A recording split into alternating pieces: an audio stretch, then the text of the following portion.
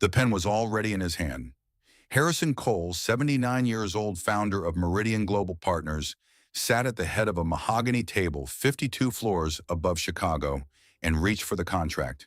$11.4 billion. 40 years of work, one signature away.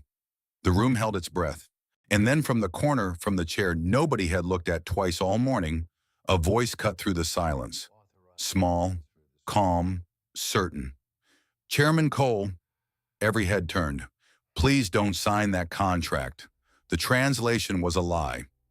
Standing at the edge of the room was a 12-year-old girl in a faded navy dress, thick black framed glasses hair, in green banded twists, holding a beat-up composition notebook against her chest like a shield. Nobody knew her name. Nobody knew what she had heard. And not one person in that room knew she was about to save all of them. Before we go any further, tell me where you're watching from and what time it is in your city. I read every comment, and if you're new here, hit subscribe. You don't want to miss how this ends. The 5:43 bus. The alarm didn't wake Amara Williams. She was already awake. 5:43 in the morning, and the Sunshine Group home on Cottage Grove Avenue held the kind of quiet that only exists in places where people have learned not to make noise. 6 girls, 2 rooms, walls thin enough to hear the radiator knock and hiss through the night, like it was trying to say something nobody wanted to hear. Amara sat on the edge of her cot in the dark, already dressed. Navy dress, the good one, the only one without a stain or a pulled thread at the hem. She had hand-washed it 2 nights ago and hung it over the shower rod to dry. It had dried a little stiff, but it was clean. She smoothed it down with both palms, once then stood. Kitchen. 3rd cabinet from the left. 1 packet of instant oatmeal, plain store brand. Tap water instead of milk because the milk had been gone since Tuesday and nobody had replaced it. She ate standing at the counter looking through the small window above the sink. Outside, Cottage Grove Avenue was gray and still. 44 degrees. Fog sat low over the pavement, turning the streetlights into soft orange smears against the dark. The kind of November morning that didn't announce itself. It just pressed down cold and quiet and waited. She rinsed her bowl, dried it, put it back. Then she lifted her backpack from the floor and checked it the same way she checked it every morning, not because she forgot things, but because the checking itself was a ritual, a way of making sure the day was real. Composition notebook, black cover, 99 cents from the dollar store on 63rd. A pencil worn to 3 inches, the eraser long gone. A library book, classical Arabic in its dialects. A structural approach checked out from the Harold Washington Library due back today. She didn't have the overdue fine yet. She would figure that out later. And at the bottom of the bag, folded and refolded until the creases had gone soft and white, the invitation from Meridian Global Partners. Her name in clean black type, Amara T. Williams. Benjamin Banneker, middle school, grade 7. She had read it so many times she could recite it from memory, which for Amara was true of nearly everything she had ever read. Before she left, she stopped at the small mirror nailed above the shared dresser, adjusted her glasses, thick black frames, the left arm repaired with a strip of white medical tape, pulled her twists back and secured them with a green rubber band from the kitchen junk drawer. Then she took the bracelet from her front pocket, thin silver, slightly dulled with time. She fastened it around her left wrist, by feel alone the clasp small and familiar in her fingers. The bracelet was delicate, the kind of thing made for a life different from this one. On the back, engraved in careful small letters, M+L always. She didn't know who M was. She didn't know who L was. She only knew the bracelet had belonged to her mother, and her mother was gone, and this was the only thing in the world that had come to her from before. She snapped the clasp shut, picked up her bag, and walked out the door. The number 63 bus pulled away from the stop at 6:11 a.m., 3 minutes late. Amara found a window seat near the middle and tucked her backpack between her feet. The bus was half full. A man in a green postal uniform asleep against the opposite window. 2 nurses talking softly about someone's shift. A young mother, 1 row ahead, a toddler tucked against her shoulder, the child's head heavy with the slow, boneless weight of someone drifting back to sleep. Amara watched them for a moment, the way the mother adjusted her grip without looking down, the automatic tenderness of it. Then she opened her notebook and her library book and got back to work. She had been teaching herself Arabic for 14 months, starting with a battered standard primer from the 490s section at Harold Washington.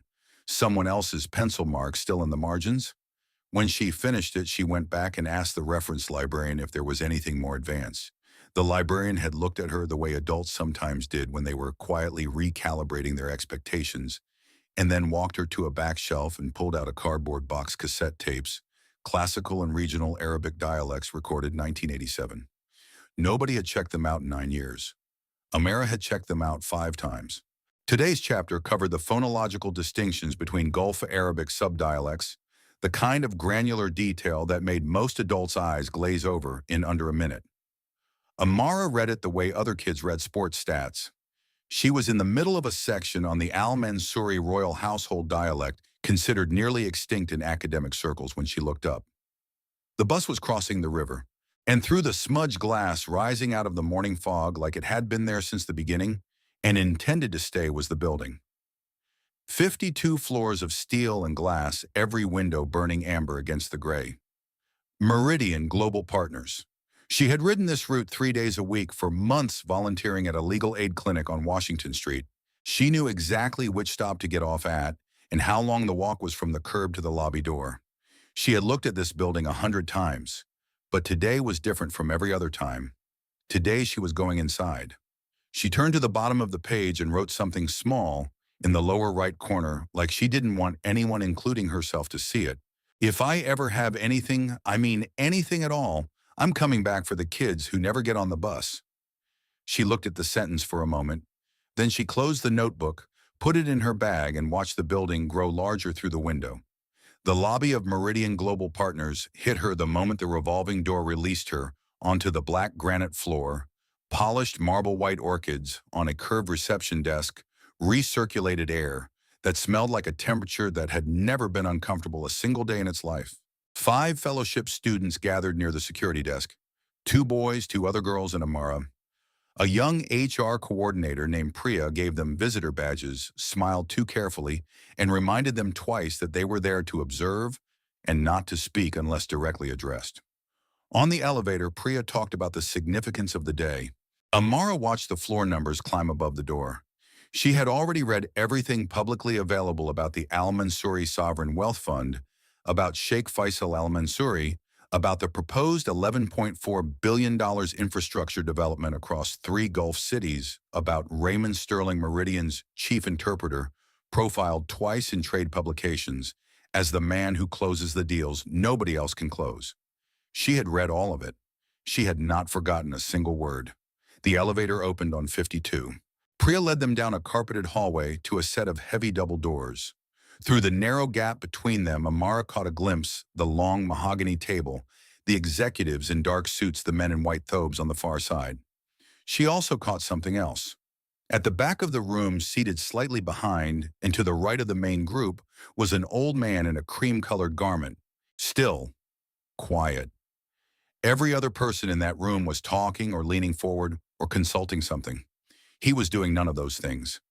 He was watching the door. In the half-second before Priya pushed the doors open, his eyes moved and found Amara's. The doors swung wide. "Find a seat along the wall," Priya whispered. "Silent observers only." Amara walked to the corner chair, set her backpack down, took out her notebook and her 3-inch pencil, opened to a fresh page, and began to listen. What he said verses. What he told them. Raymond Sterling entered the conference room at 9:58 a.m., 2 minutes before the Sheikh's delegation, and Amara understood immediately why Meridian called him the closer. It wasn't the suit, though the suit was immaculate. Charcoal chalk stripe, the kind that costs more than most people's rent. It wasn't the silver at his temples combed back with the precision of a man who has never once been caught off guard. It was the way he moved through the room, shaking hands, adjusting name placards, murmuring something to Harrison Cole that made the old man nod like someone who had already run the meeting in his head 3 times and liked how it ended each time. He was 44 years old, fluent in 7 languages, and had never lost a contract. From her chair in the corner, Amara watched him the way she watched everything, quietly, completely not missing a single thing. At 10:02, the doors opened and the Al-Mansuri delegation entered. 12 people. White thobes measured steps, the practiced composure of men who negotiate in the billions. Sheikh Faisal al-Mansouri was in the center, not the tallest, not the loudest, but the one every other person in the room oriented toward the way compass needles find north. Behind him to the right, the old man in the cream garment. Elder Yusuf. He took his seat without a word, hands folded in his lap, and his eyes moved around the room once slowly, methodically, before settling into stillness. The meeting began. Amara opened her notebook. Her pencil moved. The first hour was procedural, architectural schematics, construction phasing, environmental assessments. Raymond translated with fluid confidence, pivoting between Arabic and English without pause, his voice calibrated to a register that suggested everything was going exactly as it should. Harrison Cole listened with his hands flat on the table. The executives around him took notes. The Al-Mansouri delegation listened and occasionally consulted in low voices among themselves. Everything looked fine. Amara's pencil kept moving, because things were not fine. She had caught the first discrepancy in the 23rd minute, a phrasing Raymond had smoothed into a neutral affirmation when Sheikh Faisal's actual Arabic had contained a conditional. Not a major one. Could have been a simplification. She noted it and kept listening. The second one, 12 minutes later, was harder to explain away. And then at 10:47 a.m., Sheikh Faisal set down his water glass and spoke at measured, deliberate length. His Arabic was careful, formal, the register a man uses when he wants to be absolutely certain he is not misunderstood. Amara's hand stopped moving. She already knew what he had said. She had understood every word, the concern about Clause 22, the penalty mechanism that placed the full burden of any project delay on the fund, rather than Meridian, the explicit statement that this was not a detail he was willing to overlook. He had been clear. He had used the word unacceptable. Raymond nodded as if absorbing the weight of it. He turned to Harrison Cole. His Excellency. Raymond said, his voice warm with the ease of a man delivering good news, expresses deep satisfaction with the final terms as presented. He looks forward to concluding this partnership today and regards it as a meaningful chapter for both nations. Harrison Cole exhaled slowly through his nose. He reached for the pen, the Mont Blanc. Black lacquer gold, trim, the one he used only for contracts. Amara had noticed it sitting to the right of his notepad since the meeting began. His fingers closed around it. Amara looked down at what she had written. Sheikh Faisal's actual words on the left side of the page. Raymond's translation on the right. She had drawn a line down the middle. The two columns did not agree on a single substantive point. She looked at Harrison Cole's hand, at the pen, at the contract beneath it. She looked at the 40 years it had taken to build a company in this room. At the employment records she'd read, 4,800 people who worked for Meridian across 17 states. At her own calculation in the margin, the exposure under Clause 22, the penalty window, the number that would result if anything went wrong. She had done the math in her head in under 3 minutes. She had done it twice, to be sure. Harrison Cole lifted the pen toward the signature line. Amara stood up.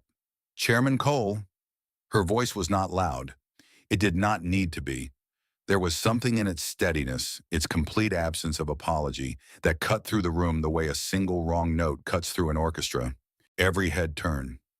Please don't sign that contract. The translation was a lie. The silence that followed had texture, not the silence of confusion, the silence of a room that had heard something clearly and was deciding what to do with it. Raymond was the first to speak.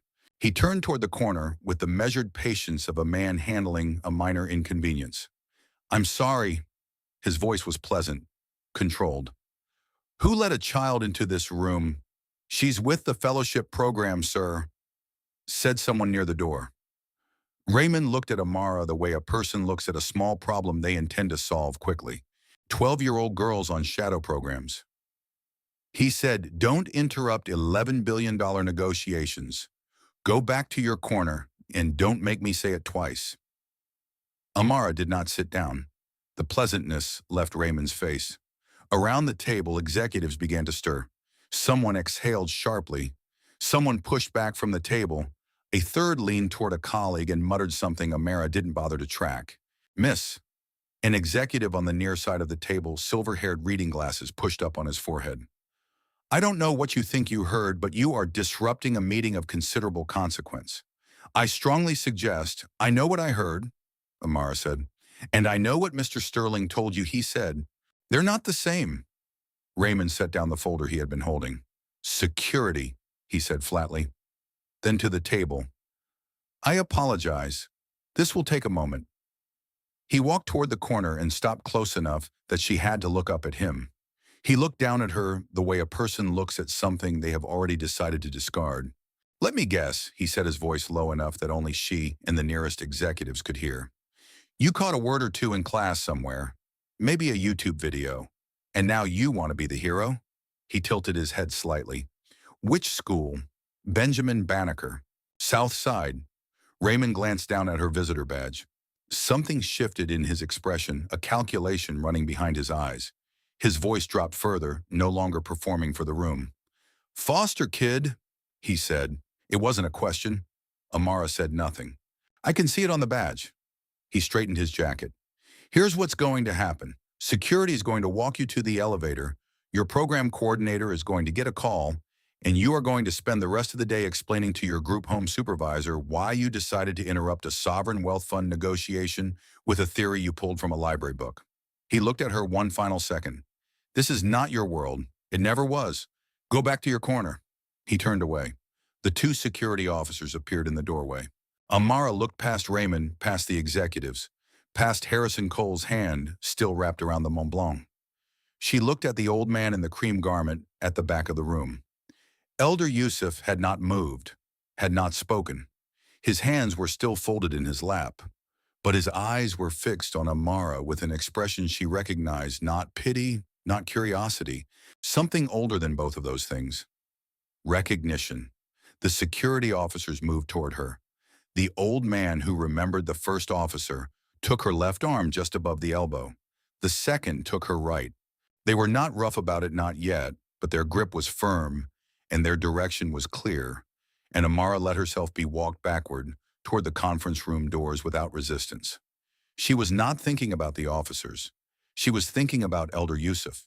Her eyes moved back to him as she was guided across the carpet, cataloging details the way she cataloged everything, automatically, completely the way other people breathe. She had been doing it since the moment she walked into this room. Every face, every gesture, every small deviation from the expected pattern of how a room like this is supposed to look. His garment was cream, not white. That was the first thing. Every other man in the Al-Mansouri delegation wore white, the standard formal thobe of Gulf diplomacy, clean and identical and deliberate. The cream set him apart. Not the cream of someone who had chosen the wrong thing, but the cream of someone who did not need to follow the convention because the convention had been written with him in mind. His position seated behind Sheikh Faisal and to the right, not beside him behind. In any delegation, the seat beside the principal belongs to the chief advisor. The seat behind and to the right belongs to someone whose authority does not require proximity to announce itself. His hands a string of prayer beads, amber 33 beads of weathered wood. His thumb had been moving across them steadily since the meeting began, once every 4 seconds. A slow and meditative circuit, the kind of movement that becomes invisible precisely because it never stops. But the thumb had gone still the moment she stood up. It had not moved since. And his eyes fixed on her now as the officers moved her toward the door, with that expression she had already named and filed, not pity, not curiosity. Recognition. The particular recognition of someone who has seen a specific thing before and did not expect to see it again. Raymond had dismissed this man as set dressing. An elder brought along for ceremony for the gravity of his white hair and the dignity of his presence. A prop positioned to suggest the weight of tradition.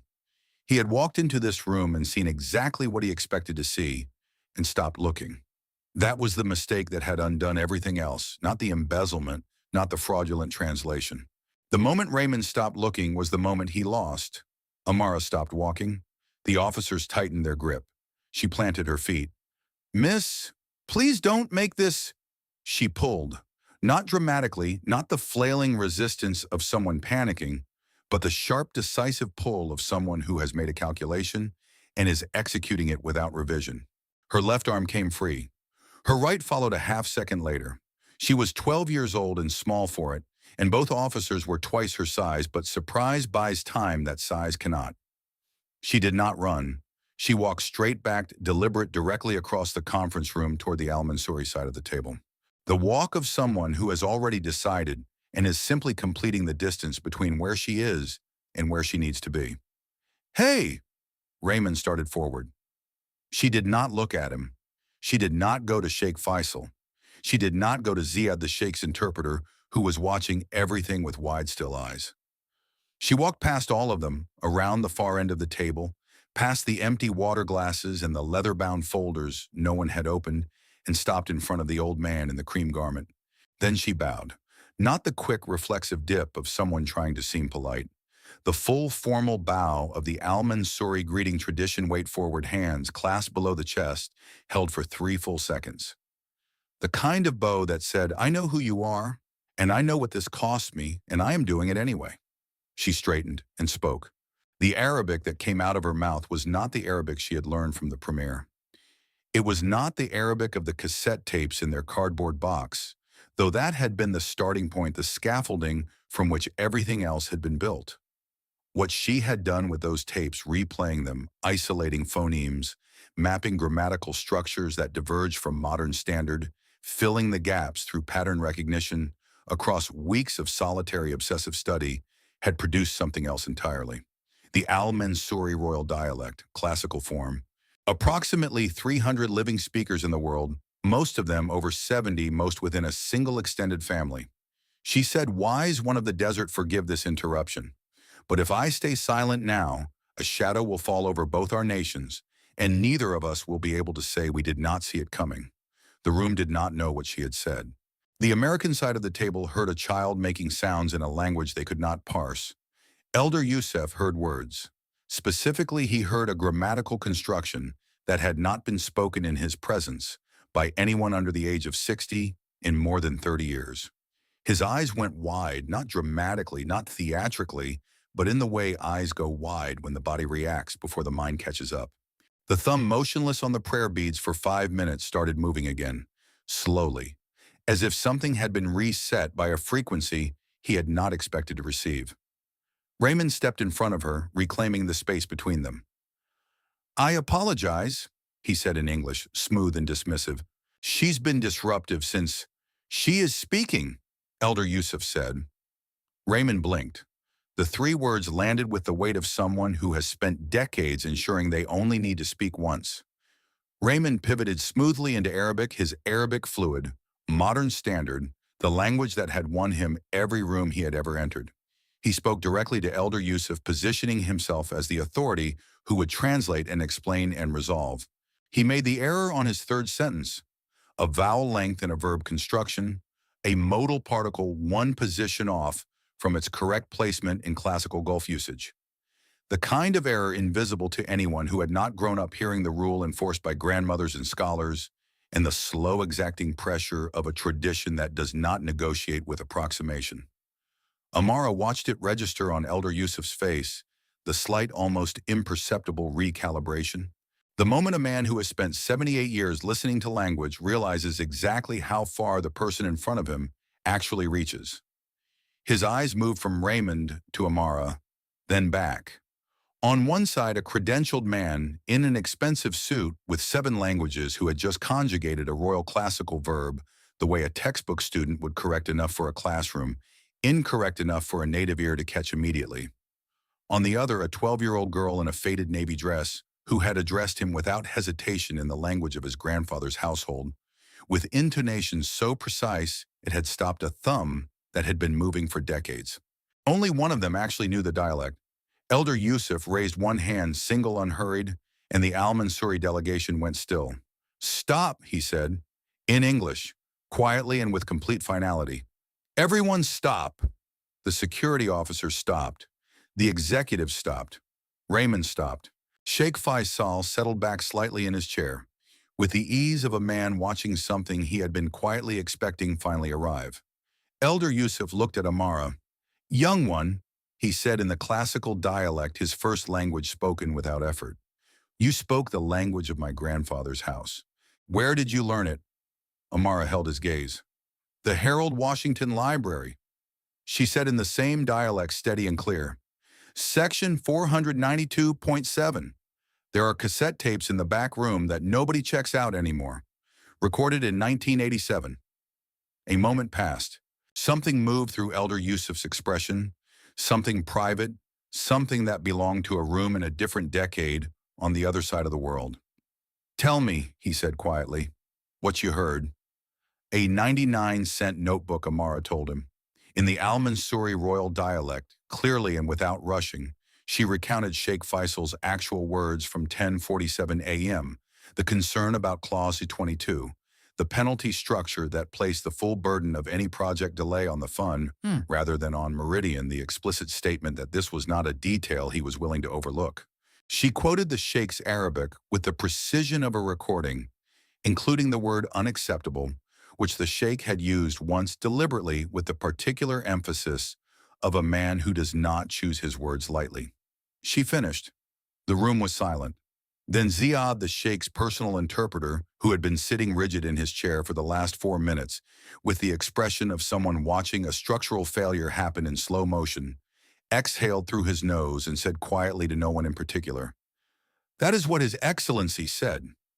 Sheikh Faisal al-Mansuri did not look at Ziad. He did not look at Amara. He looked at Raymond Sterling with an expression that had no warmth in it at all. Raymond moved first. This is... He stopped, started again. What this child is describing is a misinterpretation, a 7th grader reconstructing a high-level diplomatic exchange from fragments. Sheikh Faisal's actual sentiment was one of, "Mr. Sterling." Elder Yusuf's voice was not loud, but it had a quality that made loudness beside the point. "You have already spoken." Raymond closed his mouth. The old man turned back to Amara. He looked at the notebook she was still holding, black composition cover bent at one corner. The cardboard spine, slightly soft from being carried in a backpack every day for months. "You wrote something," he said, while the meeting was happening. "Yes, sir." "Show me." Amara opened the notebook and set it on the table in front of Elder Yusuf. The page was dense with 2 parallel columns, the left side in Arabic script, phonetically precise, each line of Sheikh Faisal's actual speech, rendered with an accuracy that would have satisfied a linguistics professor. The right side in English annotated with small bracketed numbers, cross-referencing the margin where a series of equations ran in pencil, so fine they were almost invisible unless you leaned in. Raymond laughed. It came out short and controlled, but it was a laugh. "That's your evidence?" His voice carried the careful lightness of a man managing a situation he still believes he can manage. "A composition book from the dollar store."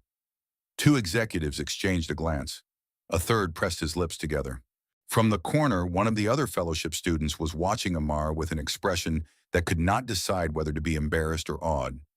"Chairman Cole," Raymond said, pivoting to the head of the table with the smooth authority of someone reclaiming his footing. "I want to be respectful of everyone's time. This has clearly been overwhelming for the young lady, but what she's produced is a child's notes, not a transcript, not a verified document, not anything that constitutes a basis for..." He reached across, picked up the notebook, and flipped through it with one hand the way a person flips through something they have already decided is not worth reading. Then he dropped it.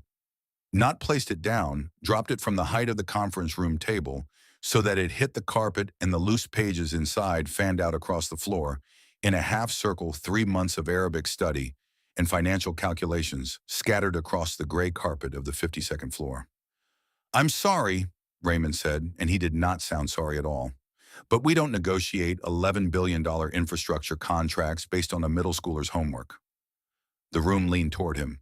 Not dramatically, not the all-at-once shift of a collective decision, but the small, incremental reorientation of people who have been given permission to dismiss something and are taking it.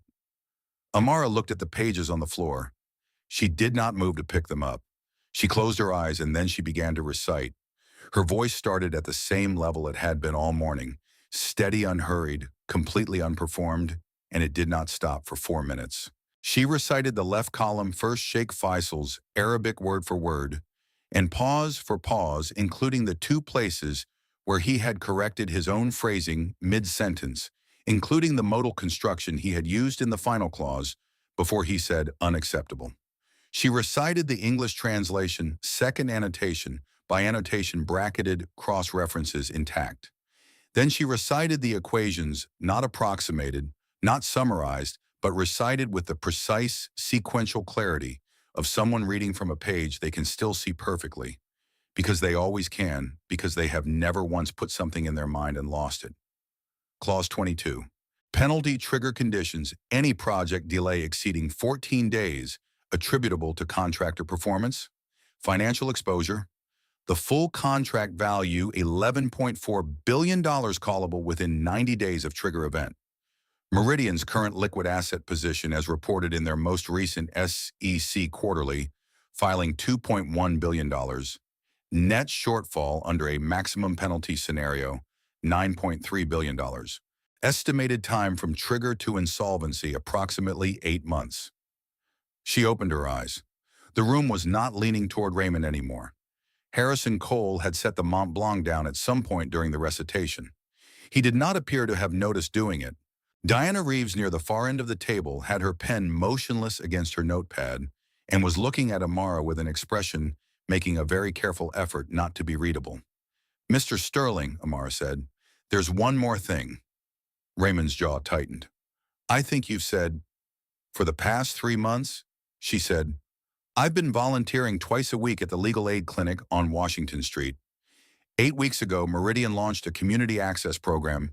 2 hours on Tuesday afternoons, local students can use the 4th floor library." She paused. "The Financial Records Division is on the 4th floor."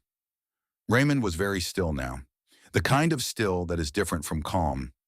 The paper shredder outside the records room fills up on Monday nights. Tuesday mornings, whoever empties it leaves the bags in the corridor before maintenance takes them down. Amara looked at him evenly. One morning the bag wasn't tied. Some of the strips had come out. She reached into the front pocket of her backpack and removed a single folded sheet, not from the notebook, something separate prepared deliberately. She unfolded it and placed it flat on the table. 2 columns. Her handwriting. Dates, project names, dollar amounts, and a series of company names she had identified by cross-referencing over 2 evenings against Delaware and Cayman Islands. Business registry databases available free through the Harold Washington Library's Digital Access Program. "Sterling Advisory, LLC," she said. "Registered in Delaware 2019. Sole shareholder Margaret Sterling, your wife's maiden name. Pembroke Capital Partners, Cayman Islands 2021. Director, a holding company whose registered agent shares an address with your personal attorney in Naperville." She looked at him steadily. $47,312,884. 23 transfers. 6 years. The silence in the room was a different kind now. Not the silence of people deciding what to think. The silence of people who have already thought it and are waiting to see what happens next. Raymond Sterling stood at the head of the room in his Brioni suit and his 7 languages, and the color had gone entirely out of his face, and he looked for the first time since 9:58 a.m. like a man who genuinely did not know what came next. "That's—" He stopped. "It's accurate," Amara said simply. "I read it once. I don't make errors." Harrison Cole picked up the sheet of paper from the table. His hands, Amara noticed, were very steady. No signal. For 11 seconds, nobody in the room spoke. Harrison Cole read the paper Amara had placed on the table. His eyes moved down the columns, dates, project, names, amounts, company names with the methodical patience of a man who has read financial documents for 50 years and understands exactly what he is looking at. He did not hurry. He read each line as if it required its full weight, as if skimming were a form of disrespect to what the numbers actually said. Across the table, Sheikh Faisal watched him. Elder Yusuf had gone still again, the prayer beads motionless. The executives sat like people waiting for a verdict they already know is coming and are simply marking the time until it arrives. Raymond broke first. Not outwardly, not in any way the room could fully read. But Amara watched the shift happen in him, the way she watched everything, the jaw that had been set tightening further, the precise stillness of a man running, contingencies behind a face held carefully in place, the almost imperceptible moment when his right hand moved toward his jacket pocket and rested there. Then he drew himself up. The smoothness returned, not all of it, but enough. "Chairman Cole." His voice was under control, measured. Before this goes any further, there's something this room should understand. He removed his phone from his pocket and held it up screen forward with the deliberateness of a man displaying a weapon he is fully prepared to use. I have been the subject of an internal audit inquiry for the last 4 months. I am aware of it. And I have spent that time assembling documentation, financial records, communications, wire transfer confirmations that would be of considerable interest to the FBI's Financial Crimes Division. He let that sit. If I walk out of this room right now, that documentation stays where it is. If I don't, he looked at the phone. One tap. The room did not move. Raymond's thumb found the screen. Amara looked at the small placard mounted beside the conference room door, the one she had noticed when Priya led them in, positioned at the exact height that adults walking purposefully into important meetings do not bother to read. RF, shielded environment. No cellular or wireless signal. For building security inquiries, contact Facilities Management Extension on 5200. She had read it at 10:04 a.m.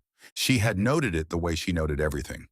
Not because she knew she would need it, but because she noted everything always, and the usefulness of information was rarely predictable in advance. She looked back at Raymond. His thumb pressed. He waited. The screen showed a sending indicator, the small rotating circle of a message in transit. It rotated. It kept rotating. The confirmation did not come. Raymond's eyes dropped to the screen. He tilted the phone toward the window, then back, then held it higher, then moved 2 steps to the left, the unconscious, increasingly urgent series of adjustments of someone who has realized they are looking for something that is not there and cannot quite accept it yet. His jaw tightened. He moved toward the window itself, pressing the phone against the glass, as if the building might cooperate if he asked it directly enough. The 52nd floor of Meridian Global Partners had been RF shielded since 2019, when the company's security consultants recommended it as standard practice for all sovereign wealth fund negotiations. No cellular signal, no Wi-Fi, no Bluetooth beyond 10 feet. A room purpose-built for the kind of meetings where information could not be allowed to leave until both parties agreed to let it go. Raymond had booked this room. He had used it 14 times. He knew this. The knowledge arrived on his face the way cold water arrives all at once, and with no negotiation. The smoothness did not return this time. What replaced it was something Amara had not yet seen from him, the unguarded face of a man watching the architecture of something he had built very carefully come apart at the point he had assumed was the most stable. "It's shielded," Amara said, quietly, not unkindly but without softening it. "The whole floor. 5 years." Raymond looked at her, looked at the phone, looked at the door. The door opened before he could take a step toward it. 3 people entered. 2 in FBI field jackets, 1 in a dark suit with a credentials case already open. Behind them, slightly out of breath, was Zayed, who had placed a call from the building lobby that morning before the meeting began, after recognizing Raymond Sterling's name on the attendee list and remembering a conversation with a Treasury Department contact he had almost not followed up on 6 weeks earlier. Raymond Sterling. The agent in the suit did not phrase it as a question. Raymond stood in the center of the room, phone still in his hand, and said nothing. "FBI economic crimes. We've been expecting this conversation." The agent's eyes moved across the room. Harrison Cole, the Al-Mansouri delegation. The piece of paper on the table, Amara standing beside it. His expression registered the 12-year-old girl for half a second without comment. He had been briefed on more than one thing this morning. What happened next took less time than it should have for a man who had spent 20 years in international negotiation. Raymond Sterling, the closer the man who spoke 7 languages, the man who had never lost a contract, sat down on the floor. Not collapsed. Sat. The way a person sits when their legs have made a decision their mind has not authorized. He sat with his back against the table and his phone on the carpet, and his hands loose in his lap, and he looked at Amara with an expression she could not cleanly name. Not shame. Shame requires an audience you still care about performing for. What was on Raymond Sterling's face was something rawer than shame, the look of a man arriving very suddenly at the end of something he had believed was permanent. "I need..." His voice had lost its calibration entirely. "I need you to tell them." He was looking only at Amara. Tell them the documents were shredded, that there's no way you could have reconstructed them, that it's speculation. Mr. Sterling, Amara said. He stopped. She held his gaze. The room was very still. The executives, the Al-Mansouri delegation, the FBI agents, Harrison Cole, with his hands flat on the mahogany. Diana Reeves, near the far end of the table, had her eyes fixed on the middle distance with the careful steadiness of someone feeling something they have decided not to show. This morning, Amara said, you told me that 12-year-old girls on shadow programs don't interrupt $11 billion negotiations. A pause. You told me to go back to my corner. Raymond said nothing. You were half right, she said. She let it sit. 3 full seconds in a room where nothing could enter or leave. We don't interrupt them. Her voice was the same temperature it had been all morning. Not cold, not heated, simply oriented. The way a compass needle is oriented not because it is rigid, but because it knows exactly what it is pointing at. We save them. The lead agent crouched beside Raymond with the practiced patience of someone who has done this part many times, and Raymond did not resist when the handcuffs appeared, and the sound they made closing was a small, flat, definitive sound that the shielded walls of the room held perfectly. 2 agents walked Raymond out. The third stayed producing a recording device, beginning the procedural conversation with Harrison Cole's legal team. The conference room door closed.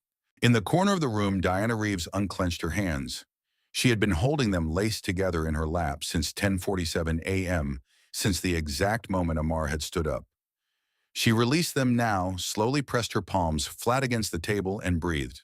Nobody noticed. Amara noticed. The bracelet. The FBI agent had been talking to Harrison Cole's legal team for 3 minutes when Sheikh Faisal al-Mansouri stood up.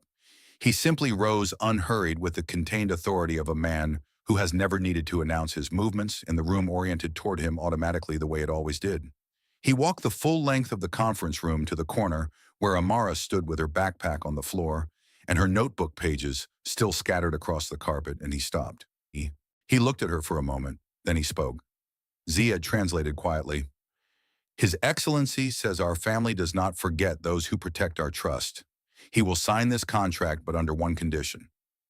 An executive near the head of the table said carefully, Of course, Your Excellency. This young woman must be given a formal role overseeing this project on Meridian's behalf.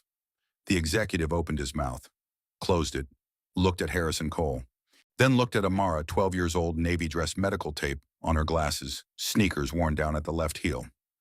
With respect, Your Excellency, she is the liability considerations alone. She has already prevented a liability, Elder Yusuf said from his chair without looking up, of approximately $9.3 billion by her own conservative calculation. The executive sat back. Elder Yusuf rose slowly and spoke toward the room. In my country, we have a saying, the river does not ask the stone how old it is. It only asks whether the stone is true.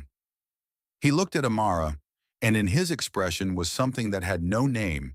In any of the 6 languages, she spoke the look of a person recognizing the continuation of something they believed had ended.